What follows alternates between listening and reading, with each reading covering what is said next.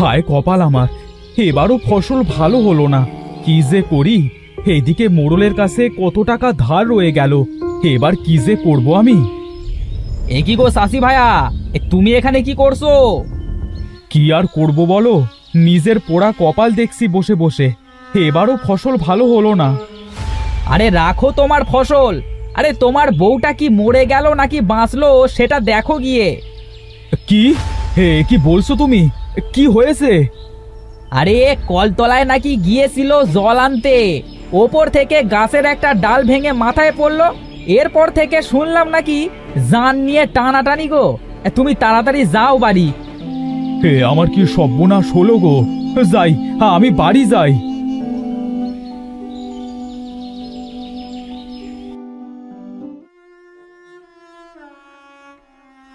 তুমি এখন এলে ভায়া, তোমার বউটা তো মরে গেল।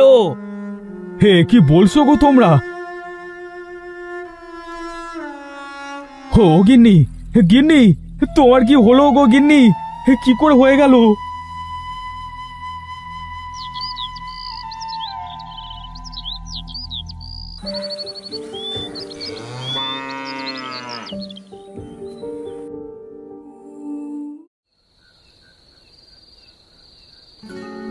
তোমার কি হলো গিন্নি? আমায় একা ফেলে তুমি চলে গেলে। আমি এবার কি করব? দুঃখ যেন সব দিক থেকে আমাকে চেপে ধরলো। এদিকে বউটাও মারা গেল, আর অন্যদিকে আয় রোজগারের পথটাও শেষ হয়ে গেল। কাল মোড়ল মশাই ডেকেছে, এবার কি যে করি আমি।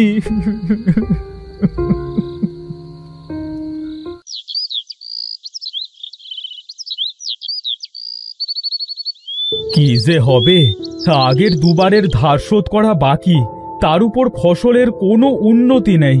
এভাবে লোকসান হলো পরপর 2 বছর। এবার সব ধারের টাকা শোধ করব কিভাবে? হায় বিধাতা, রক্ষা করো আমাকে।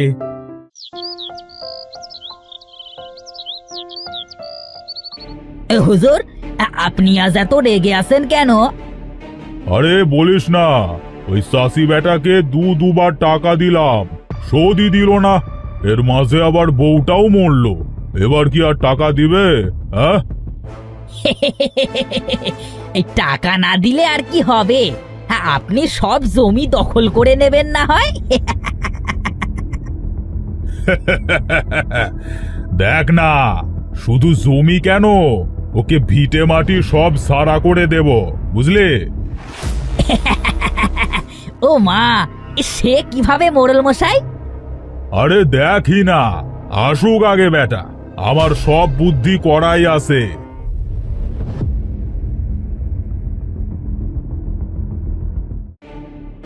ও মোড়ল মশাই, আমাকে এবারের মতো মাফ করে দেন। আমি কথা দিচ্ছি, সামনের বার ভালো ফসল ফলিয়ে সবার আগে আপনার ধার শোধ করে দিব। এবারের মতো আমায় সাহায্য করুন। সাত কত বেটা! এই বেটা ছোট লোক চাষি, তুই কি ভাবলি তুই বারবার লোকসান করবি আর মোড়ল মশাই তোকে বারবার টাকা দেবে? হ্যাঁ, এভাবে বলছো কেন? আমি সত্যি সত্যি পরের বার সব শোধ করে দেব। এই তুই পাটা সার আগে, পা সার, উঠে দাঁড়া, ওঠ। শেষবার কটা টাকা ধার দেন না মোড়ল মশাই, আমি আপনার পায়ে ধরি। বউটা মরবার পর তো সংসারটা একেবারে ভেসে গেল। বেশ, এবারের মতো টাকা দিচ্ছি, তবে শর্ত আছে। কি শর্ত মোড়ল মশাই? আগের বার জমি বন্ধক দিয়েছিলে, এবার বাড়িটা বন্ধক দিতে হবে, বুঝলে? আরে ভাবছো কেন? আয় রোজগার করে আবার সব সারিয়ে নেবে। এই মোড়ল মশাই তো আর বাড়ি নিয়ে পালাচ্ছে না। পেটে ভাত নেই, এমন অবস্থায় আপনি যা বলবেন তাতেই আমি রাজি।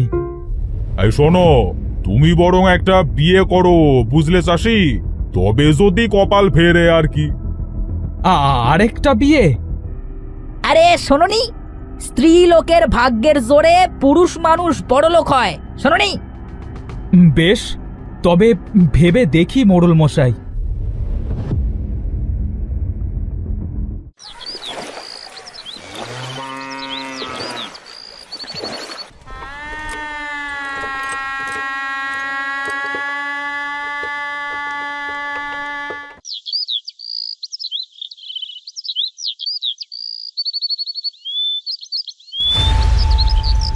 পোড়ামুখো, আমার কপাল খেলি কেন? হ্যাঁ, অন্য কোনো মেয়ের কপাল খেলেই তো পারতি।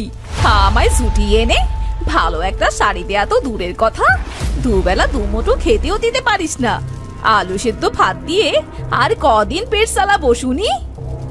আহা বউ, রাগ করো না। আমি তো চেষ্টা করছি। এবার ফসলটা মানে ভালো হলে হয়, তবে জমি বাড়ি সব সারাতে পারবো। তোমায় বিয়ে করে তো তোমার পেছনেই সব টাকা খরচ হয়ে যাচ্ছে, জমাতে আর পারছি কই। কি, তুই আমাকে দোষ দিচ্ছিস? বেরো বাড়ি থেকে, মুখে নুলু জেলে দেবো একদম।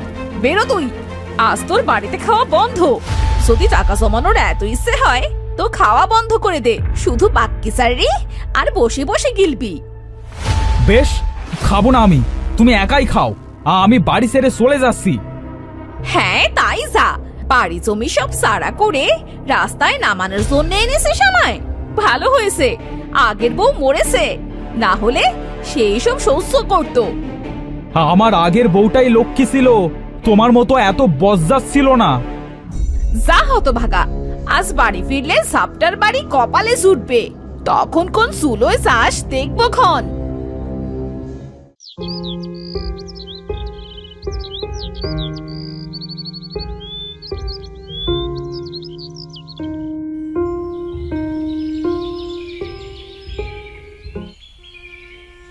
হায় বিধাতা, কি এমন অপরাধ করেছিলাম আমি? আমায় এত বড় শাস্তি দিলে কেন তুমি? আর যাব না ওই বাড়ি, মরতে হলে এখানেই মরবো। ওই ডাইনির কাছে আর ফিরবো না। এই গাছের ডালে আমার বউ মরল, আজ এই গাছেই গলায় দড়ি দেব আমি। দড়ি কোথায় পাই আমি এবার? আরে ওই তো, মনে হচ্ছে একটা বড় দড়ি। যাক, দড়ি জোগাড় হয়ে গেল। এবার এই দড়ি আমি আমার গলায় দেব। সকলে মিলে আমার জীবনটা একেবারে শেষ করে দিল। কি করছো তুমি চাষি? এ কে কে কথা বললো? হ্যাঁ, আমি চাষি, যে গাছে তুমি দড়ি দিতে চাইছো আমি সেই গাছ। এমন খারাপ কাজ তুমি কেন করছো চাষি? সকলে মিলে আমার জীবনটা শেষ করে দিল। দ্বিতীয় বউ ঘরে এসে সেই ঘর নরক বানিয়ে দিল। আর মোড়ল মশাইয়ের চাপে আমি পাগল হয়ে যাচ্ছি। আর তুমি কথা বলছো কোন মুখে? আমার আগের বউকে তুমি মেরেছো। আমি মারিনি চাষি, তুমি মাথা ঠান্ডা করো। তোমার আগের বউ আমার নিচ দিয়ে যাচ্ছিল, 2-3টে বাচ্চা ছেলে আমার ডালে উঠে খেলছিল। ওরা খেলতে খেলতে একটা ডাল ভেঙে যায় আর তোমার বউয়ের মাথার উপর পড়ে। ও, এই কথা? এখন আর কি বা করার আছে? যা যাওয়ার তো আমারই গেছে। না চাষি, তোমার স্ত্রীর মৃত্যুতে আমি দুঃখিত। আমি তোমায় কিছু দিতে চাই যা তোমার অনেক কাজে লাগবে। কি দেবে তুমি আমায়? এই একটা রূপোর চিরুনি নাও। এই চিরুনি দিয়ে যখনই মাথা আঁচড়াবে তখনই তুমি যা কল্পনা করবে তা সব সত্যি হয়ে যাবে। সত্যি বলছো গাছ? মিথ্যে মনে হলে একবার পরীক্ষা করে নাও। বেশ বেশ, এখনই আমার সামনে 1 বস্তা রূপোর মোহর আর 1 বস্তা সোনার মোহর চলে আয়। ও মা, এ যে দেখি সত্যি মোহর। ধন্যবাদ তোমায় গাছ, আমার এত বড় উপকার করবার জন্য তোমাকে অনেক ধন্যবাদ।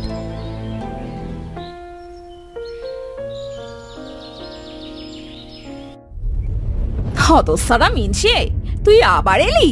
দাঁড়া, আজ সেটার বাড়ি সব তোর পিঠে পড়বে। সেটাটা কই রাখলাম? বউ এখনই থেমে যাক আর আমাকে ভালো ভালো কথা বলো। এ কি, তুমি বাইরে দাঁড়িয়ে কেন গো?